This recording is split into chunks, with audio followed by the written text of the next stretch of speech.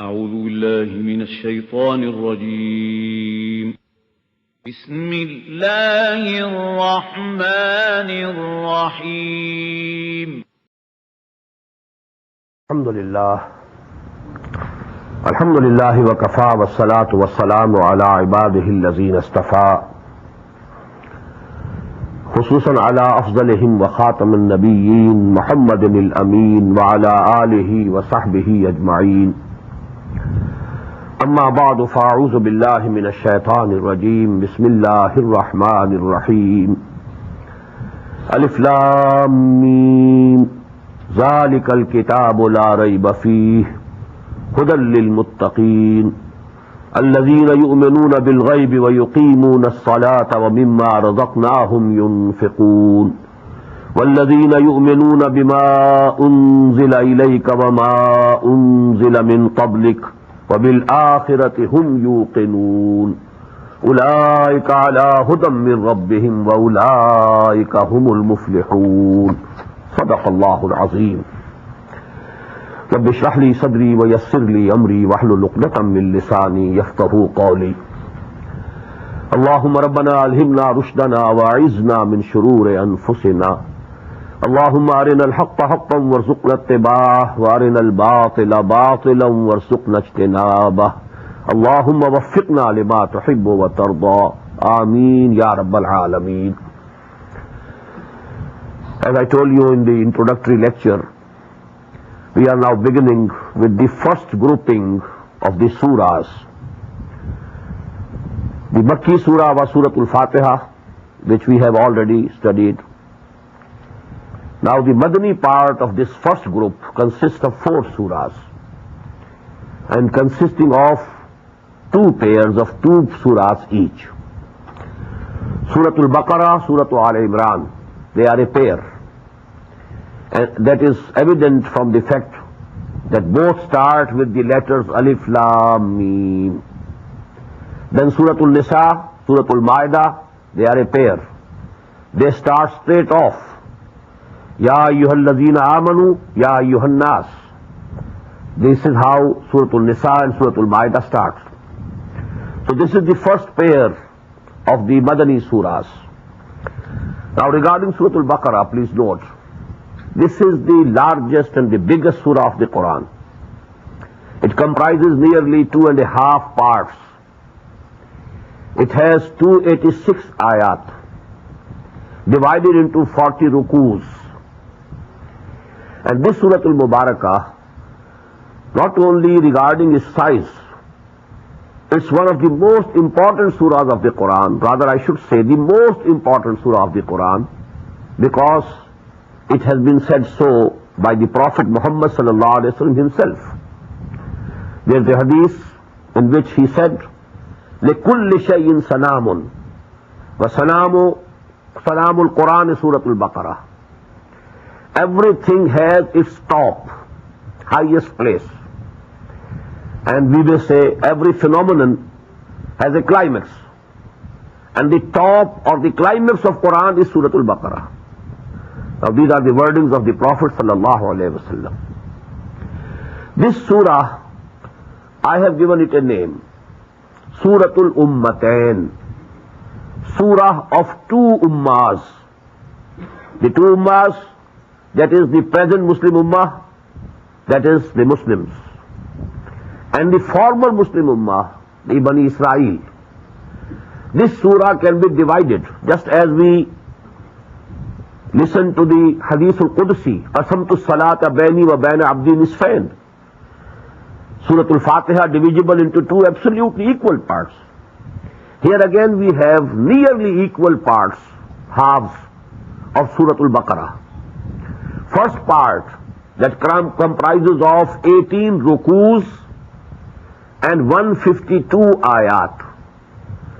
Here the address is basically to the former Muslim ummah, that is Bani Israel. Out of the 18 rukus, more than 10, they are in direct address, Ya Bani Israel, askuru ni'mati allati an'amtu alaykum, wa'fu bi'ahdi yufi bi'ahdikum wa iyaya farhabun. This is the beginning of the 5th section, 5th ruku of this surah. And in the 15th section again, Ya Bani Israel, Uskuru ni'mati allati anamtu alaykum, wa anni faddaltukum ala al-alameen. It's a continuous address to the former Muslim Ummah. In the first 4 rukus, there are some preliminary discussions, and as we shall see inshallah very soon, actually they are a summary of the whole of the Makki Quran. Because 2/3 of the Quran had been revealed already when Surah Al-Baqarah was being revealed. It is Madani Surah. And this is the first Madani Surah. The time of its revelation is beginning with the Hijrah till the time just before Ghazwatul Badr. So that is actually about 16 or 17 months. This surah was revealed bit by bit, part by part, during 16 or 17 months, extending from just after Hijrah to just before Ghazwatul Badr, the Battle of Badr.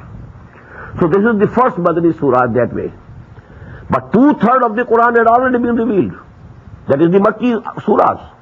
So actually, because Allah subhanahu wa ta'ala has placed this surah in the very beginning of the Quran, a gist and a summary of the teachings of the Makki Quran is given in 4 rukus in the very beginning of this surah.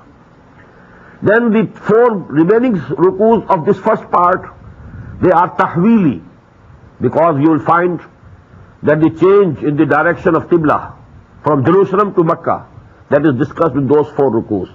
And that was actually a symbol that the position that was held by the former Muslim Ummah, Bani Israel, for 2,000 years, now they are deposed from that position.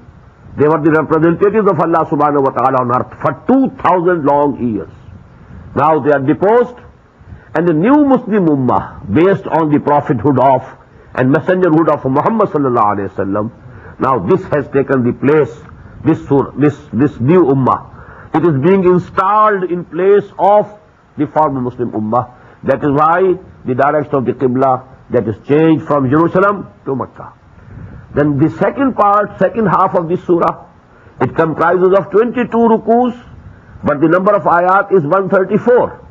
In the first part, 18 rukus, but ayat 152. In the second half, although the rukus number is greater, 22, but the number of the ayat 134. So actually they go to balance each other, and that is how I'm saying that they nearly balanced half and half, this division is nearly balanced. In that second portion, the address is to the Muslim Ummah exclusively. And 2 subjects are being discussed. Number 1, the Sharia, because the Sharia is revealed after Hijrah. Before Hijrah, there was no Sharia actually, no law. Nothing had been made farz except, Salah. And that was also made farz only a year or so before Hijrah. There was no zakah, there was no psalm. Nothing was declared haram. Neither liquor was declared haram, nor interest was declared haram. No Sharia. So Sharia actually was revealed in the Madani surahs. And in Surah Al-Baqarah we find the blueprint, the basic principles, the blueprint of the Sharia of Muhammad sallallahu alaihi wasallam. And this goes to develop into Surah Al-Nisa, and then final Sharia has taken the form, the Sharia of Muhammad sallallahu alaihi wasallam in Surah Al-Ma'idah. So actually the legal injunctions of the Quran, and secondly jihad fi sabilillah, infaq fi sabilillah, qital fi sabilillah. These are the 2 subjects discussed in the second half of this surah, and there it's the address to the present Muslim Ummah. Now with this introduction, brief introduction, we start. The first 2 rukus of this surah are very important. If we keep it view, as I told you, Ta'wilul Khas, when they were revealed, what was meant and what was understood basically by these wordings, by these ayat, when they were revealed at that time. And then we shall have the generalized view, that if we just leaving away the historical background, if we focus our attention on the wordings, then the generalized inferences, then we shall discuss about them. Alif Lam Mim, these are the isolated letters of the Quran which appear in the beginning of 29 surahs of the Quran. In 3 surahs only single letter comes. Qaf, Noon, Qaf wal Quran al Majid, Noon wal Qalam wa ma yasturun, Sad wal Quran al Zikr. Then in some there are 2 letters, Hamim, Taha, Yasin. In some there are 3 letters, Alif Lam Mim, Alif Lam Ra. And in some there are 4 letters, Alif Lam Mim Ra, Alif Lam Mim Sad. And only 2, there are 5. Kaf, Ha, Ya, Ain, Sad, Ha, Mim, Ain, Sin, Kaf. And the meanings of these letters nobody knows. They are a secret between Allah and His Messenger. Although much has been said about these letters. But the consensus, general consensus is that nobody knows the real meanings with sure. There are certain judgments people have guessed something, but nothing definite. You can't be sure of those meanings. Zalikal kitabu la rayba fih. This is the book of Allah, Al-Kitab. This is the book. What does it mean? The book of Allah. La rayba fih. There's no doubt in it. No doubt in it about it's being revealed by Allah subhanahu wa ta'ala. Then there is no doubt in its contents. Its contents are also above doubt, and its revelation from Allah subhanahu wa ta'ala is also above doubt. Hudal lil muttaqeen. This is the guidance for the God-fearing. But I discussed this word taqwa in my Sunday lecture. Taqwa, you know, although generally piety, godliness, holiness, different words are used, but actually meanings are to save yourself. Muttaqeen, people who want to save themselves. Themselves what? From what? From the fire of hell, number 1. Displeasure of Allah, number 2. And basically, they have a moral sense within them. And they want to avoid and save themselves from evil. If this moral sense is active within them, then actually they will always be in search of the truth, in search of what we shall do. Those people who had given those, who had prayed to Allah subhanahu wa ta'ala, Ihdina as-sirat al-mustaqim, sirat al-lazina anamta alayhim, it was their desire. It was their own search. They wanted to have the guidance. Now actually this is the relationship between Surah Al-Fatiha and Surah Al-Baqarah. You ask for guidance, Hudal lil muttaqeen. This is the guidance. The guidance is being given to you. And these are the don'ts and do's. Do these things and don't do these things. Go this way, don't go this way. There is danger this way. This is the safety. This way you are safe. So actually this guidance is given here, Hudal lil muttaqeen. But as I discussed in that lecture, although we find in the 23rd section of this very surah, Hudal lin nas, this has the guidance for all humanity. But only those people will be able to avail of His guidance who have in themselves the search for truth and guidance, who want to have guidance. People who don't want to have any guidance, they will not be able to avail themselves of the guidance that Quran is giving. If somebody is not hungry, he will not, look towards any food. That food might be very nourishing and very tasty, but he has no hunger. He can't take it. So actually there should be a hunger. Then only you know what food is and how valuable it is, how much I need it. That is actually the need for guidance is taqwa. Because you want to save yourself from going astray. You want to save yourself from evils. You want to save from self from doom on the doomsday. If that desire is there, only then you will be able to avail of the guidance of the Quran. And who are those muttaqeen? Alladhina yu'minuna bil ghaib. Those who believe in the unseen, who know that the reality lies beyond the realm of our senses. Our senses, they are very limited. And the basic realities, they lie beyond. Just as Confucius, a very famous thinker of China, he has been reported to have said, there's nothing more real than what cannot be seen, and that there is nothing more certain than what cannot be heard. Things which are not visible by these eyes, which cannot be heard through these ears, they are the most real things. Actually, what we have this within the realm of our senses, this is a very shallow, superficial part of reality. So this is the basic thing, that if somebody he denies, no, there's nothing beyond our perception, then he will not be able to avail of the guidance of this Quran. Only such a person who understands, who knows that our senses, these, they can reach, but to a very limited extent. The reality lies beyond it.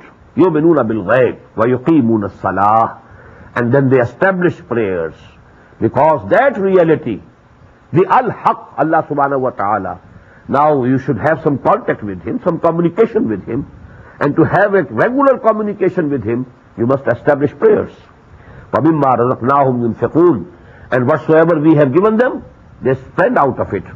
Spend out for charity, for the pleasure of Allah subhanahu wa ta'ala, for the spreading of the message of Allah subhanahu wa ta'ala, for making the deen of Allah supreme. وَالَّذِينَ يُؤْمِنُونَ بِمَا أُنزِلَ إِلَيْكَ وَمَا أُنزِلَ مِن قَبْلِكَ.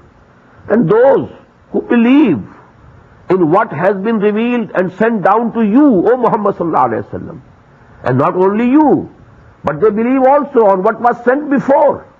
They believe in Torah also, they believe in Injil also, they believe in Zabur also, and they believe that the prophets have been given these revelations and guidances before Quran also. وَبِالْآخِرَةِ هُمْ يُوقِنُونَ. Here we find the word is changed. Not yuminun, but yuqinun. About the hereafter they are convinced, they are sure. They are sure that this life is not all human life. The real human life is in the hereafter. Death is not the end of our existence. It's just the gate towards the eternity. Because after death, there is going to be resurrection. And after that resurrection, وَإِنَّهَا لَجَنَّةٌ أَبَدًا أَوْ لَنَارٌ أَبَدًا. It's eternity, eternal existence. So actually death is the gate to eternity. Actually they are convinced, they have the yaqeen. وَبِالْآخِرَةِ هُمْ يُوقِنُونَ أُولَٰئِكَ عَلَىٰ هُدًى مِّن رَبِّهِمْ. This Allah is very important here. These are the people who are on the guidance from their Lord. They are already on the guidance. And they will be increased in their guidance. But they are already in the guidance. وَأُولَٰئِكَ هُمُ الْمُفْلِحُونَ. And they are the people who will be successful, who will reach their final goal. That is falah. Now please note here, what these ayat denote is that because Quran was being revealed for last 12 years before the revelation of these ayat, there were people who had taken the guidance of Quran. They were transformed, their characters, their seerah. They have been, and they were practically present. These ayat are practically pointing towards those people. They are the people. There is Abu Bakr. Look to him. He is the fruit of this Quran. Every tree is known by the fruit it bears. The guidance of this Quran has produced a jama'ah, a group, a community of people like Abu Bakr, Umar, Osman, Talha, Zubair. Go and see. They are the people who have benefited themselves with the guidance from the guidance of this Quran. And the Quran, has produced a certain community who have these characters. الَّذِينَ يُؤْمِنُونَ بِالْغَيْبِ وَيُقِيمُونَ الصَّلَاةَ وَمِمَّا رَزَقْنَاهُمْ يُنْفِقُونَ وَالَّذِينَ يُؤْمِنُونَ بِمَا أُنزِلَ إِلَيْكَ وَمَا أُنزِلَ مِن قَبْلِكَ وَبِالْآخِرَةِ هُمْ يُوقِنُونَ أُولَٰئِكَ عَلَىٰ هُدًى مِّن رَبِّهِمْ وَأُولَٰئِكَ هُمُ الْمُفْلِحُونَ. So this is actually the ta'wilul khas. When these ayat were revealed, as if these ayat were pointing towards the people whom Muhammad sallallahu alayhi wa sallam had prepared by the hard work of 12 years, their training, their tazkiyah, their tarbiyah, and through the teaching of this Quran. يُعَلِّمُهُمُ الْكِتَابَ وَالْحِكْمَةِ. The teaching of this Quran and hikmah has produced a people, a community. And these are these people whose qualities and attributes are given here. But if you infer generally, what will be the inference? If anybody wants actually to avail of the guidance of the Quran, he must take to this path first. He must produce in himself the qualities that are being given here, as if they are the precondition to avail the guidance of the Quran. If you want to tread on the path that Quran wants you to tread, these are the fundamental conditions, rather we should say preconditions, that you have to fulfill in order to avail yourself fully with the guidance of the Quran. Now the second group. Three types of people are discussed in these two rukus. Second, إِنَّ الَّذِينَ كَفَرُوا سَوَاءٌ عَلَيْهِمْ أَأَنذَرْتَهُمْ أَمْ لَمْ تُنذِرْهُمْ لَا يُؤْمِنُونَ ختم الله على قلوبهم وعلى سمعهم وعلى أبصارهم غشاوة ولهم عذاب عظيم. Verily those people who have denied, who have decided to be kuffar, to deny, سواء عليهم, for them it's equal. أَأَنذَرْتَهُمْ, whether you warn them, أَمْ لَمْ تُنذِرْهُمْ, or you don't warn them. La yu'minun, they are not going to believe. Now actually, here also Quran is pointing towards certain people. This is not general. So many people were kuffar, had not become Muslims till these ayat were revealed, and they became Muslims later on. So it cannot be a generalized meaning. Actually, it's a particular group. Those people whom Muhammad sallallahu alaihi wasallam had preached for 12 years at Makkah, and they had understood the message of the Quran, and from the depths of their heart they believed that this is correct, but they didn't want to accept it due to their haughtiness, due to their takabbur, due to their ghurur, because they were proud. They didn't want to follow Muhammad sallallahu alaihi wasallam. Why should we follow Muhammad sallallahu alaihi wasallam? Are we inferior to Muhammad? No. Then this is actually when they had decided, oh Muhammad sallallahu alaihi wasallam, it is equal. It's equally fruitless or equally without any result. Whether you preach them anymore, whether you go on warning them anymore, or you stop preaching to them and warning them. La yu'minun, they are not going to believe. They have decided to remain kafir. They will not accept you. Khatam Allahu ala qulubihim. Allah subhanahu wa ta'ala has put a seal on their hearts, wa ala sam'ihim, and on their ears, their hearing, wa ala absarihim gishawa, and on their eyes there is a curtain, there is covering on their eyes. Walahum azabun azim, and for them is waiting a very big torment. Now this again, please note, those people to whom preaching was done, the message of Quran had been conveyed to them year after year. 12 years Muhammad took sallallahu alaihi wasallam at Makkah. Abu Jahl, Abu Lahab, it is not that they didn't understand. They understood. Quran was in their own language, and they knew Muhammad sallallahu alaihi wasallam from the very birth. Abu Lahab at least knew him from his very birth. But they had decided not to accept him due to their haughtiness, their proudness. So actually now such people, they will not avail of your guidance. They will not avail of the guidance of the Quran. They will not benefit, O Muhammad sallallahu alaihi wasallam, from your preaching, from your warning. So it's equal to them. And because due to their refusal to accept the truth, Allah subhanahu wa ta'ala had punished them by putting a seal on their hearts. This seal is not in the beginning. This seal is put only when somebody refrains from accepting the truth, recognizing the truth that this is true. His heart tells him this is true, accept it, and he doesn't accept. Why? Because of proudness, or because of certain such reasons, haughtiness. Then Allah subhanahu wa ta'ala as a punishment puts his seal on his heart. Now he cannot see because there is a curtain before their eyes. They cannot hear because their hearing is also sealed, and now their hearts are closed for any guidance. وَمِنَ النَّاسِ, now the third degree, third type of people. وَمِنَ النَّاسِ مَنْ يَقُولُ آمَنَّا بِاللَّهِ وَبِالْيَوْمِ الْآخِرِ وَمَا هُمْ بِمُؤْمِنِينَ. And there are from among people who say with their tongues, with their mouths, آمَنَّا بِاللَّهِ, we believe in Allah, وَبِالْيَوْمِ الْآخِرِ, and the last day, the day of judgment, وَمَا هُمْ بِمُؤْمِنِينَ, and they are not mu'min, they are not real believers. They profess to believe, they claim to believe, they say with loud words, we believe in Allah, we believe in the hereafter, in the day of judgment, but they are not believers. Now who are they? First of all, please note, They are actually two categories who are being referred here without giving them any name. Allah subhanahu wa ta'ala has not given them any title. But as far as we can understand, there are two types of people who are being discussed here. Generally people think that they are only munafiqeen, the hypocrites. But actually hypocrites as well as the Jews of Medina, both are included in this category. And actually hypocrites were also people under the influence of the Jews of Medina. They were under their influence. And they were the shayateen, people which we shall very presently read in these ayat also the word.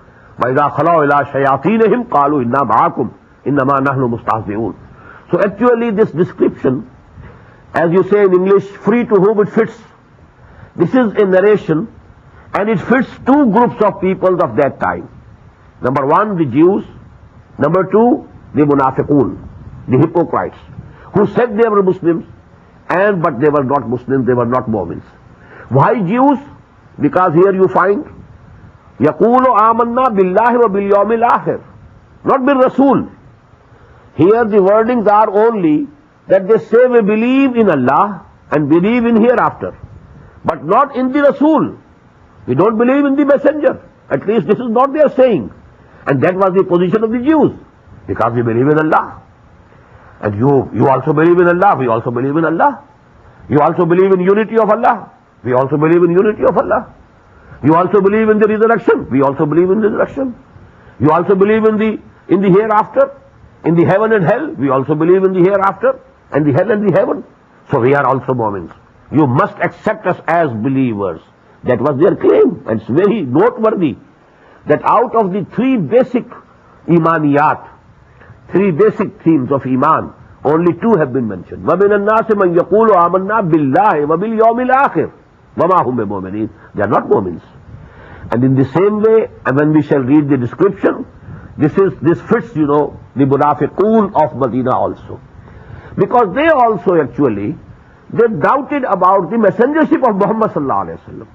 We find in the Quran at different places that they said, for example, why these wars have been started, battles have been started. There is no express injunction in the Quran. لَوْلَا نُزِلَتْ سُورَةٌ. Why not a surah has been revealed in the Quran? And only on this demand of theirs, we find that Suratul Qital was revealed. Suratul Muhammad or Suratul Qital in the 26th part, which contains a very express injunction for going to war against the kuffar. So actually, they were not very sure about the messengership or prophethood of Muhammad sallallahu alaihi wasallam. They were also their claim was Iman billah, Iman bil akhir. Actually, they took Muhammad sallallahu alaihi wasallam not very seriously. And to obey Muhammad personally, that had become most difficult for them. So these both groups are included here. If you keep in view the Ta'wilul Khas, the groups who are in the background of these ayat. But when we shall infer generally, this will fit every munafiq for all times to come. Because as a rule, please understand, whenever there is some ideological call, when there is some revolutionary movement started based on some ideology, you will always find three types of people. There are people who accept the ideology at its face value, and then they are ready to die for it, live for it, to do whatever it demands. Then there are people who are opposed to that ideology. They oppose it clearly, openly, tooth and nail. And then there is the third group always, who want to support the ideology, but keep safe themselves. They want to play safe. They don't want to sacrifice their belongings or their lives. They want to be safe and to keep their money with them. And everything you say, they don't want to take risks. And they want to do something good, but it should happen itself. Not that we have to do anything for it and we have to sacrifice anything for it. So these are the munafiqun, the third type of people who will always be found with every ideological movement, every revolutionary movement. People who believe it, take it at its face value, they plunge into deep waters. risking everything. People who refuse to accept and who oppose it tooth and nail, clearly. And people who are in between. La ilaha ulai wa la ilaha ulai. They are neither on that side, neither on this side. They are somewhat on this side, somewhat on that side. Meaning thereby neither on that side, neither on this side. So these are the munafiqun, and this is the third group which is being discussed here. وَمِنَ النَّاسِ مَنْ يَقُولُ آمَنَّا بِاللَّهِ وَبِالْيَوْمِ الْآخِرِ وَمَا هُمْ بِمُؤْمِنِينَ. And they are not believers, they are not the real mu'mins. يُخَادِعُونَ اللَّهَ وَالَّذِينَ آمَنُوا. They try to deceive. يُخَادِعُونَ, I've added the word try. They are trying to deceive Allah and the people who believe, the real believers. Mukhada'ah, this is Baba Mufa'ala, this is trying against each other.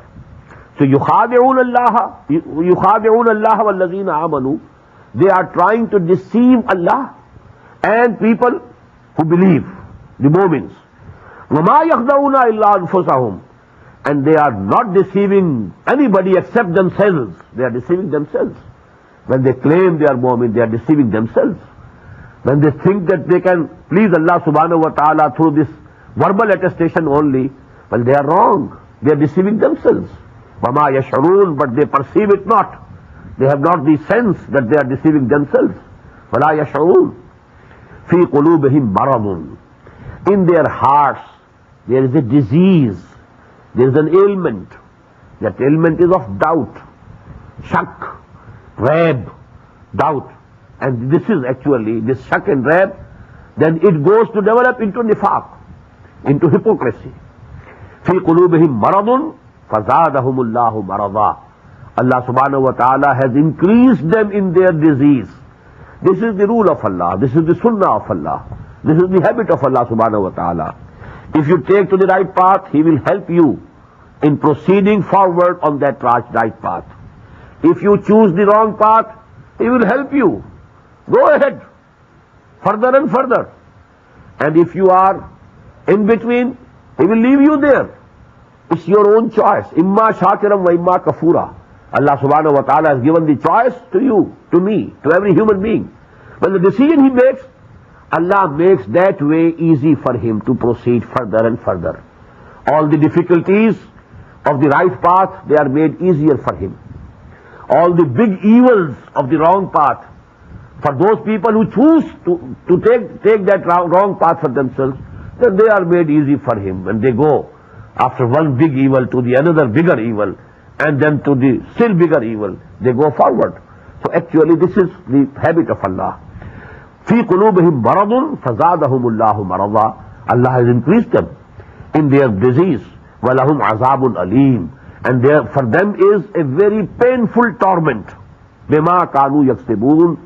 On the basis of, because of the lie that they had been telling. Because they were saying we are Mu'min, they were not Mu'mins.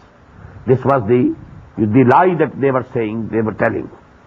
وَإِذَا قِيلَ لَهُمْ لَا تُفْسِدُوا فِي الْأَرْضِ. Now it's very important.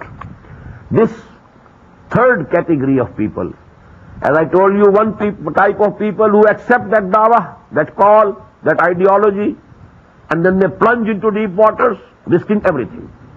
Other one, they have rejected the ideology, rather they have decided to oppose it, and they are opposing it tooth and nail. And then this third group is in between. They want to make peace between evil and good, between batil and haqq. They want to make peace between them. Because if there is a clash between the batil and the haqq, between the truth and the falsehood, if there is a clash, there is going to be bloodshed, there is going to be loss of life, loss of property, loss of conveniences, everything. So actually they want peace, not for the sake of their truth, but for themselves, to save themselves. That is why they wanted to say that why are we going to war? It's no use going to war against kuffar. Why not go on preaching and preaching and teaching and teaching? Well, we can preach Islam. We can teach Islam to the people. Why Muhammad sallallahu alaihi wasallam has taken this way? He started sending small groups of armies, small groups, obstructing the way of the caravans of the Quraysh. What for? Why? This will lead to bloodshed. this will lead to war, to battles. We shouldn't do it. We should make peace. Now this character, you must read between the lines. وَإِذَا قِيلَ لَهُمْ لَا تُفْسِدُوا فِي الْأَرْضِ قَالُوا إِنَّمَا نَحْنُ مُصْلِحُونَ. When it is said to them, don't make mischief on the earth, they say, oh no, we are the peacemakers. What was the mischief? Muslims, the true Mu'min said to them, if you accepted Muhammad sallallahu alayhi wa sallam as the messenger of Allah, if you accepted Islam, then be true Muslims. Now obey him in every respect. When you have accepted him, now you have to obey him. Why this difference of opinion? This is actually mischief. This is fasad. La tufsidu fil ard. There is a party. You are breaking the discipline of the party. This party must be disciplined. Bunyanun marsus. Inna Allah yuhibbu allazina yuqatiluna fi sabilihi saffan ka'annahum bunyanun marsus. You should be like, a fortified wall. Not different people, individuals, So this group should be very much integrated. And why are you making this fasad? And the reply was, قَالُوا إِنَّمَا نَحْنُ مُصْلِحُونَ. No, we want to make peace. Muhammad wants to make war, sallallahu alayhi wa sallam. And we want to obstruct this warmongering. We want to have peace. أَلَا إِنَّهُمْ هُمُ الْمُفْسِدُونَ. Now this is the decree of Allah subhanahu wa ta'ala. Listen, they are the mischief mongers. وَلَكِنْ لَا يَشْعُرُونَ. But they don't have the perception, they perceive not.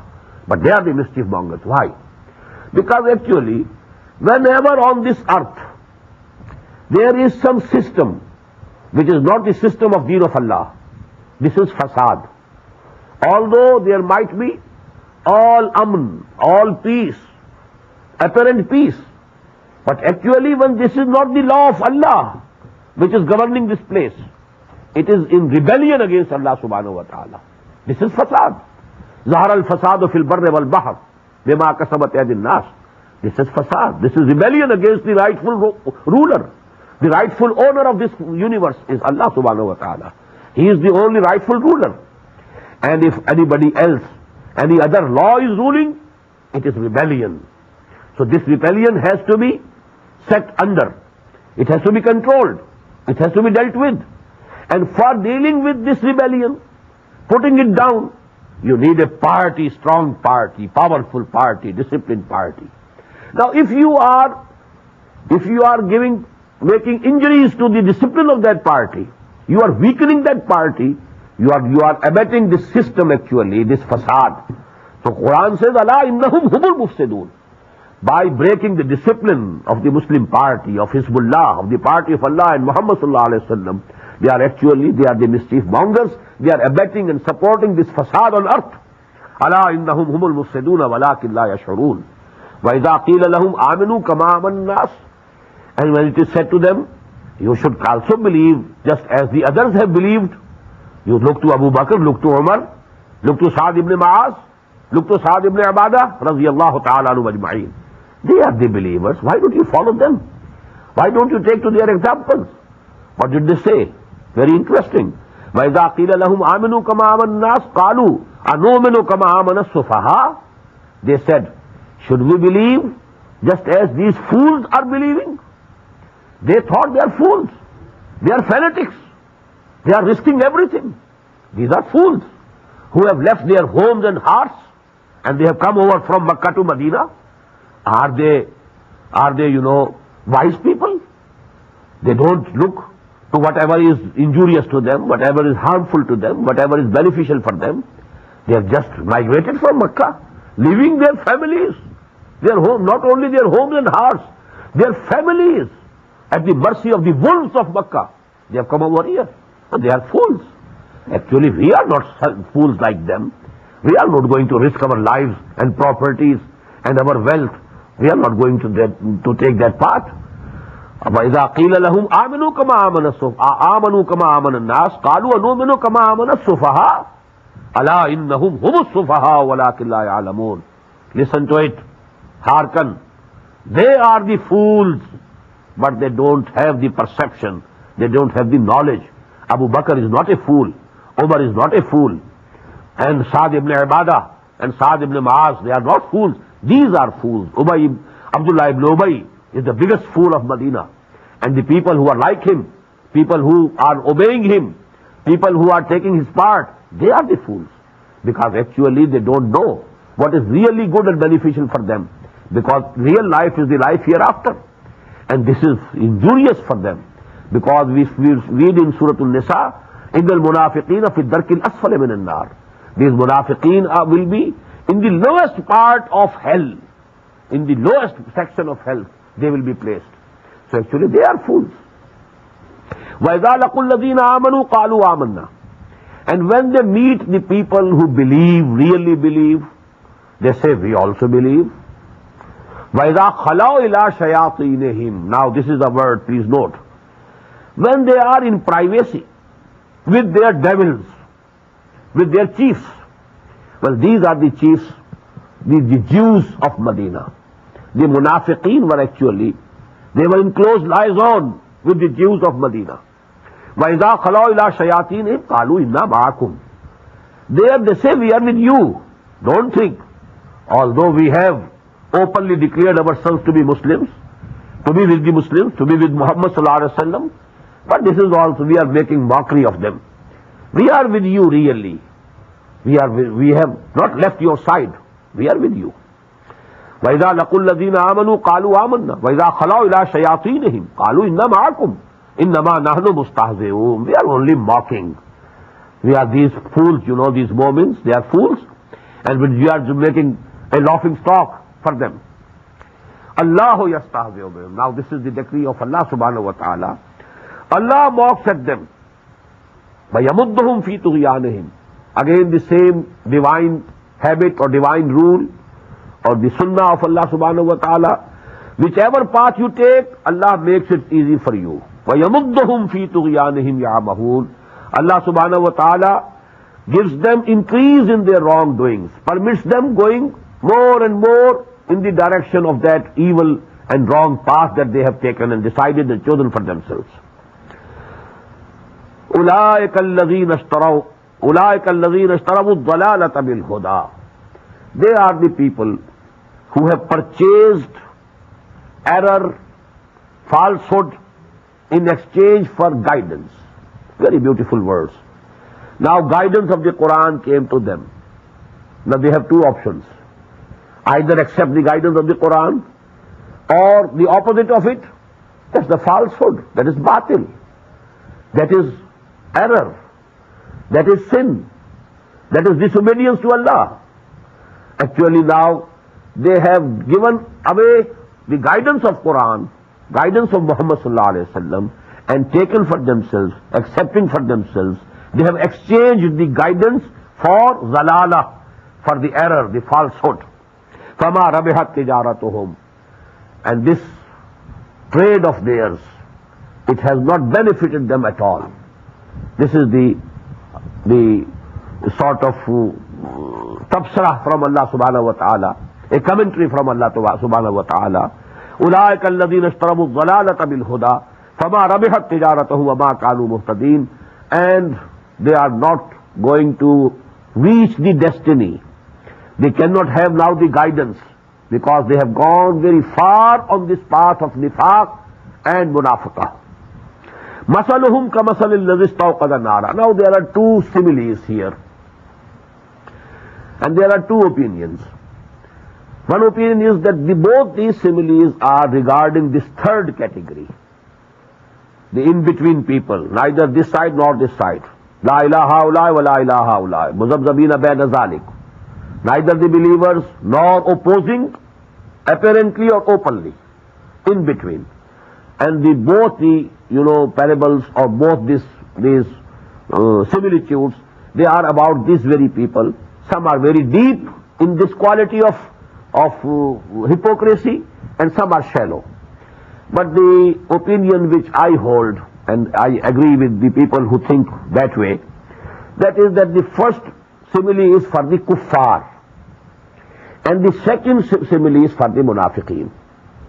For the kuffar we read these ayat, إِنَّ الَّذِينَ كَفَرُوا سَوَاءٌ عَلَيْهِمْ أَنذَرْتَهُمْ أَمْ لَمْ تُنذِرْهُمْ لَا يُؤْمِنُونَ ختم اللہ علی قلوبہم وعلی سمعہم وعلی ابصارہم غشاوہ ولہم عذاب عظیم. For them now there is a misal, a similitude. مثلهم كمثل الذي استوقد نارا.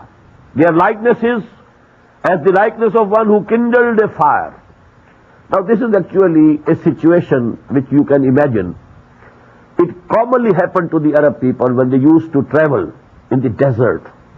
Now a caravan is traveling during the night. And they used to travel during the night mostly because the days were very hot. One couldn't take, to travel in the daytime. So during the night. And it did sometime happen that they lost the way. Now they are lost where we are. And darkness. And in that darkness somebody takes the courage, gathers some timber, and then, kindles a fire. Now they can see where they are, their whereabouts. Where are we?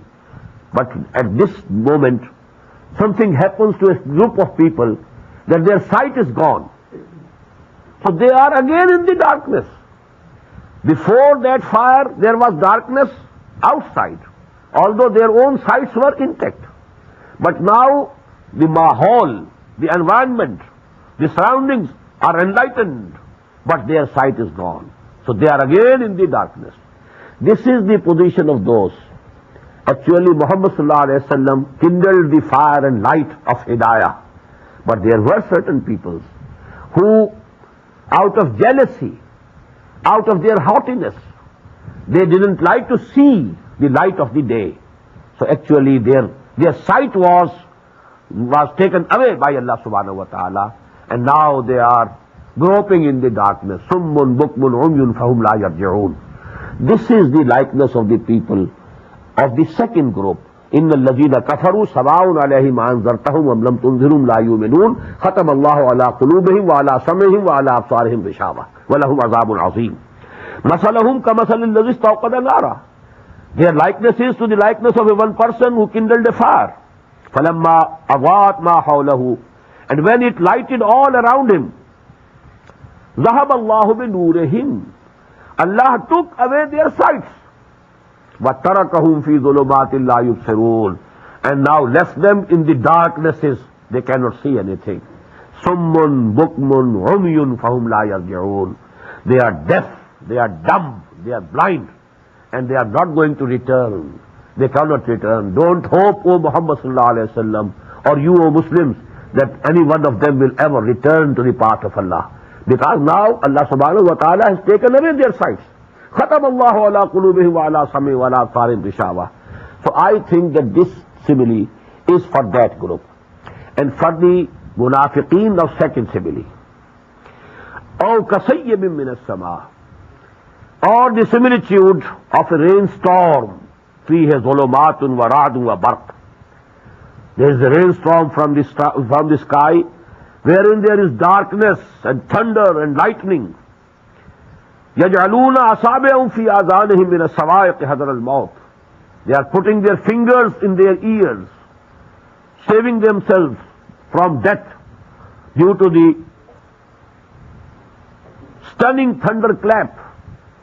They think that this sound will take their hearing away, and then maybe they die out of it. كَصَيِّبٍ مِّنَ السَّمَاءِ فِيهِ ظُلُمَاتٌ وَرَعْدٌ وَبَرْقٌ يَجْعَلُونَ أَصَابِعَهُمْ فِي آذَانِهِمْ مِنَ الصَّوَاعِقِ حَذَرَ الْمَوْتِ وَاللَّهُ مُحِيطٌ بِالْكَافِرِينَ. And Allah subhanahu wa ta'ala has already encompassed and encircled these kuffar. Where can they go? They are within the grip of Allah subhanahu wa ta'ala. They cannot go anywhere. They cannot run away from Allah subhanahu wa ta'ala. يَكَادُ الْبَرْقُ يَخْطَفُ أَبْصَارَهُم. The lightning almost is near to snatch their sights. كُلَّمَا أَضَاءَ لَهُم مَشَوْا فِيهِ. Whenever there is some light, they can see something. The lightning for a time, for a moment, they have seen the environment, they start going in the direction. مَشَوْا فِيهِ. They walk a few steps. وَإِذَا أَظْلَمَ عَلَيْهِمْ قَامُوا. And when there is darkness upon them, they stand. وَلَوْ شَاءَ اللَّهُ لَذَهَبَ بِسَمْعِهِمْ وَأَبْصَارِهِمْ. And had Allah decided or decreed, He would have taken away from them their sight and hearing both. Inna Allah ala kulli shay'in qadir. Verily Allah subhanahu wa ta'ala is all powerful. He has all authority. He can do anything he likes. Now just have some thought about this simile. You know, whenever there is some revolutionary dawah, revolutionary movement, there are difficulties. You are called to do your duties in face of difficulties and risks. There are risks of life, risks of wealth. Now you may have to suffer, and you may have to give up your careers. You may have to give up and wind up your businesses, because that has been the requirement of every revolutionary struggle. Now these people who are in between, they are belonging to the category who want to do something but without any harm to themselves. They don't want to take any risk to their life, their wealth, their property, and so on. So what happens? Whenever during the movement there comes a time when there is no immediate risk. There is no call to go to war, for example, during the Madani period. Whenever there was a call to go to war for any battle, then they were, in a very big trouble. How to save themselves, how to apologize, how to get leave from that. But whenever there is all the conditions are normal, nothing very risky affair, then they can, walk with the Muslims. We are also Muslims. And they join the Muslims in congregations. They talk loudly about their Islam and Iman.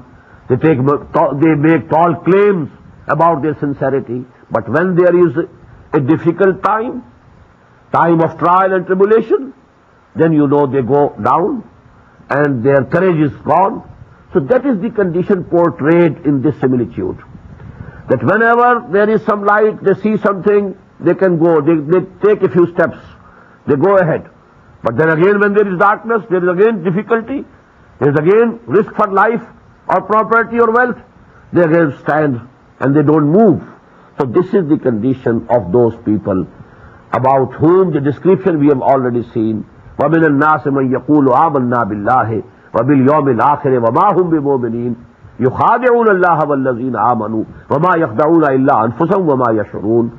There are from among peoples who claim that they are Mu'mins. They believe in Allah subhanahu wa ta'ala and they believe in the life hereafter, in the day of judgment. But actually they don't believe. It's a superficial claim that they are making. It's only a verbal attestation that they are doing. Or they are making a total false claim. They are like the Jews. So this description fits both of them. And they were in close association with each other. Actually this munafiqat and munafiqeen, they were like an undergrowth. There are big trees, tall trees. Under those big trees there is the undergrowth which we call bushes. So these munafiqeen were like the undergrowth of the Jews. They were the established people, 3 established tribes. They were very influential. They were very wealthy. They were, educated people. They had the book, they had the law, they had Torah, they had people, learned people within them. So actually this munafiqeen, this third category was an undergrowth under that Jews, and this is the description of this character. And when we generalize it, always with every revolutionary call and movement, you will find 3 types of people. People who accept the call at its face value, and then they die for it, they live for it. They take every risk for it. They are ready to sacrifice their all belongings, even their lives. People who are opposed to it, tooth and nail, openly, because they are the people whose vested interests are threatened by the revolutionary party or the revolutionary dawah.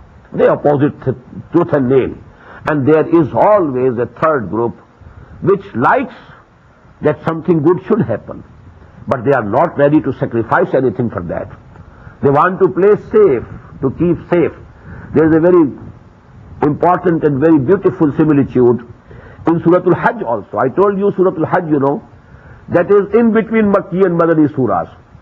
In Surah Al-Hajj there is an ayah, وَمِنَ النَّاسِ مَنْ يَعْبُدُ اللَّهَ عَلَى حَرْفٍ. There are from among people who want to worship Allah, but